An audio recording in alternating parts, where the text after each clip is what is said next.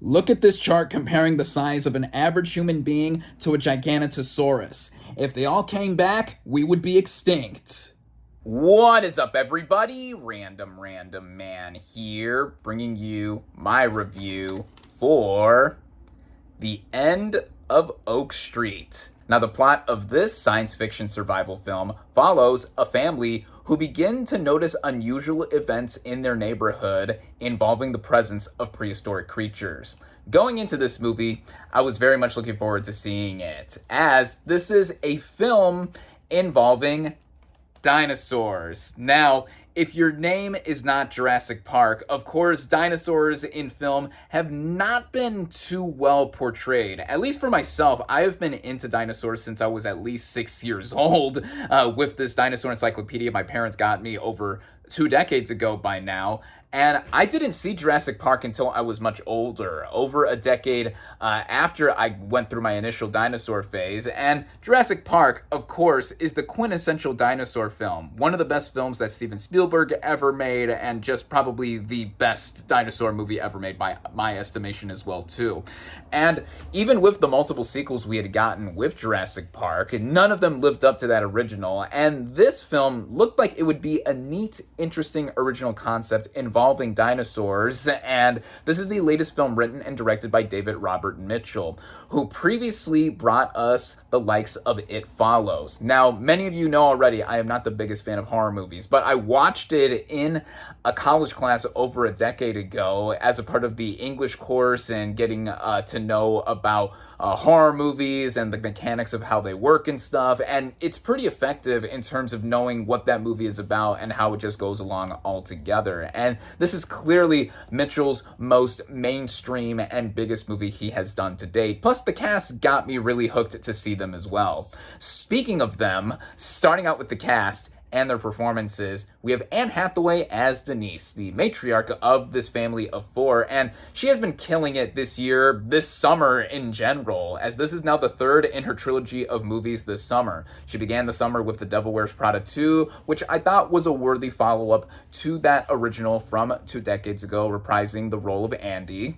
And then, of course, we've had The Odyssey just weeks ago, where by now I have seen this movie 4 times in theaters. Here's a photo of me seeing this movie for a 4th time in regular 70mm for my birthday earlier this week. This past Monday, August 10th, was my birthday. And yeah, she gave an amazing performance in The Odyssey as Penelope, and now here as this wife of a suburban family. She's an aspiring writer, and she is very headstrong. She has a lot of stuff that she believes in and what she is trying to stand for, but ultimately, once these dinosaurs go ravaging through her neighborhood, she just wants to protect her family altogether. And I've always loved Anne Hathaway ever since The Princess Diaries. It's been announced that The Princess Diaries 3 is going to be moving forward, sadly without Julie Andrews. She has since retired from acting, but whether it's franchise films like those or something like this that is original, I think Hathaway really shows off the range of emotions she has as an actress, and the same goes with Ewan McGregor as her husband Greg. Now, he is a pizza delivery driver, and he is a loving husband and father of this family, but both him and Denise are having issues in terms of their marriage, even contemplating divorce. But I think the chemistry between both himself and Hathaway really work for this whole family dynamic, because their marriage is already on the rocks, but also him as a character on his own, seeing where his head is at and everything together. I think that helps make them the strong leads of this movie that they are. And their kids are also quite strong in this movie. We have Maisie, Stella, and Christian Convery as Audrey and Brian, respectively. Now, these two I have never seen prior to this film. I know the former was in My Old Ass, for which she won some awards for, and the latter was on the TV show Sweet Tooth, which he won an Emmy Award for. But seeing them for being my first impression of their acting chops in this film, I was quite impressed with them, because they played like realistic teenagers in terms of being in this situation, even in some of the backstory or or lead up to this whole catastrophic event, showed how much they were into these characters and how they felt really real and relatable. All four of them working together as a family dynamic really helps get this movie going along and kept it running as well too. So mainly with their central performances, I think all of them really do some solid jobs here. And this is coupled with how this film is written and directed by David Robert Mitchell. Now, he brings us something that is super Spielbergian-esque. I already mentioned Jurassic Park earlier, but you cannot help but compare every other dinosaur movie ever made to something like Jurassic Park. But in terms of like the awe and spectacle that we get throughout, even in this quaint environment, in this 2-mile radius of this neighborhood, we get to see that I think all of this together shows that even with the influences that are very clearly shown, it still leads for something that is engaging and absorbing from the get-go. It takes a little bit to get started, I will admit that. We get to see this family with their neighbors at a party. Looks like it's a neighborhood party, and then we get a little bit into like what each character is all about and how they are feeling and where their heads are at before suddenly dinosaurs come into the fray. The movie takes place in the early 1980s, so I'm already a sucker for that kind of setting to have us brought into this whole situation. But then strange happenings occur, specifically at night, and then eventually we get to see a bunch of dinosaurs show up everywhere, terrorizing the neighborhood, eating a bunch of them, devouring them, killing just almost everything in their path.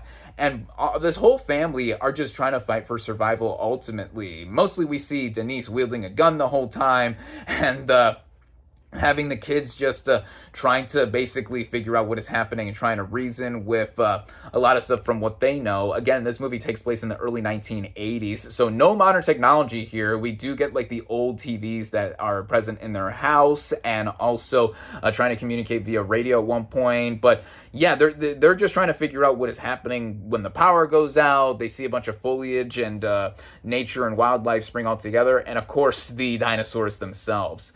I think with how this movie is depicting its whole concept, it's very easy to get into and very easy to comprehend.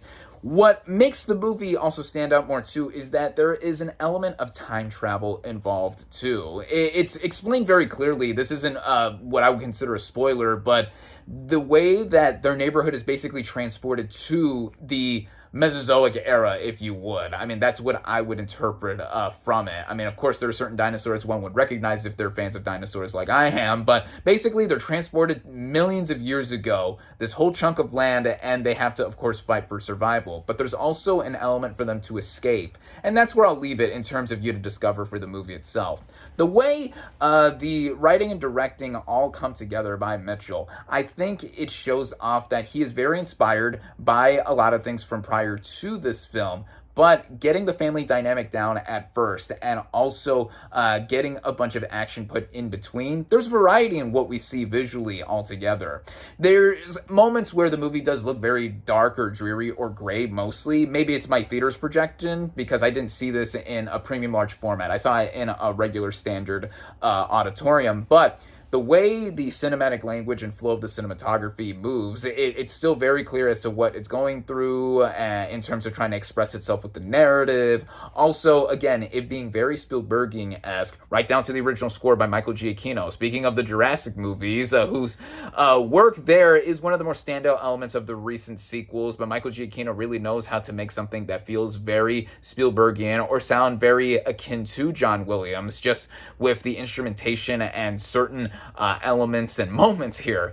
And how the movie comes together visually in terms of the visual effects as well too. The dinosaurs are all very convincing. We get the likes of velociraptors, which are portrayed with feathers here. According to more recent research and discoveries, dinosaurs were more feathery than have been depicted in old textbooks or reference materials. We also have an Allosaurus run around during a very prominent chase sequence. There's a moment where it's done in one take where characters are running in and out of the frame, which I thought was probably my favorite moment of the movie visually. And then we also get the flying dinosaurs coming around towards our main characters later on in the movie. So there's a lot going on in the frame once we see everything come together in terms of the survival being just the most important goal for these characters here. The film also goes there in one moment to where I think it has balls on it to really do something that I didn't see coming at all. There are a few moments of unpredictability throughout this film, despite being very familiar in terms of being Spielbergian-esque. I swear I'm not going to try to use that adjective all the time for this review, but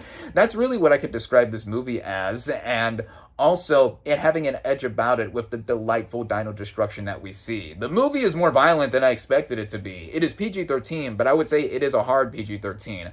More bloody and more graphic, if you would, than I would think another dinosaur movie like this would be. Whether we're seeing dinosaurs devour on corpses and there's blood everywhere, but also just the way that they go and ravage things in their path. Yeah, I think for much younger viewers, this would probably freak them out. I mean, I know I would have been freaked out by the original Jurassic Park if I was watching it at like 6 years old or something, but I think older teens and just everyone else will be able to see this thing just fine. But just know that, yeah, there is an element about this movie that I give a bunch of points for, because the movie is not holding back, and older movies like these that are being very much tributed towards from the 1980s and beyond, yeah, there's something here that I think makes it feel special in a lot of ways. Now, the way it moves all together, I think running at just over an hour and a half, close to an hour and 40 minutes, the movie is well paced. The movie, like I said, early on does take its time, but I think that is necessary to get into the whole family dynamic and you getting to identify and care about these characters. The family altogether, I was really trying to root for.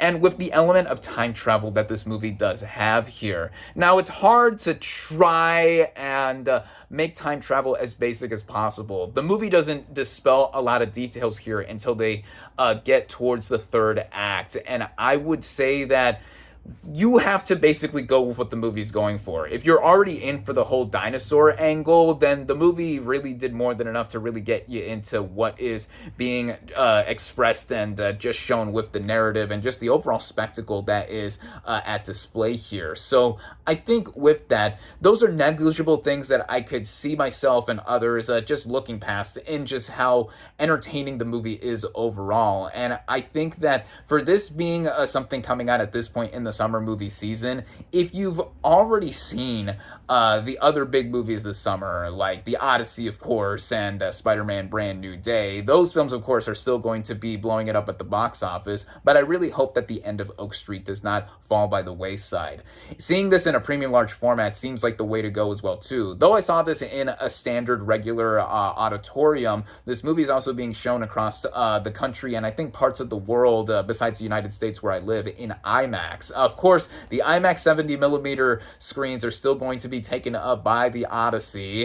You got to take that opportunity to see the movie that way if you haven't, if you're able to. There are only a few dozen theaters in the world, mainly, but I think seeing this thing in a premium large format will definitely enhance the experience, like with a lot of other movies out there. And all in all, I would say that I really enjoyed The End of Oak Street. By the time it ended, I really thought that this was such a satisfying sci-fi survival film that I think anyone that goes into watching it will really appreciate the performances, even how just you're seeing the action and visuals come in all together. It being made for $80 million is really impressive with the visual effects and just how it is on a technical scale. So I think that this is something I definitely recommend seeing. With all of that being said, my final verdict for The End of Oak Street is 4 out of 5 stars. Thank you all, as always, for watching. Be sure to like this video, comment on what you thought of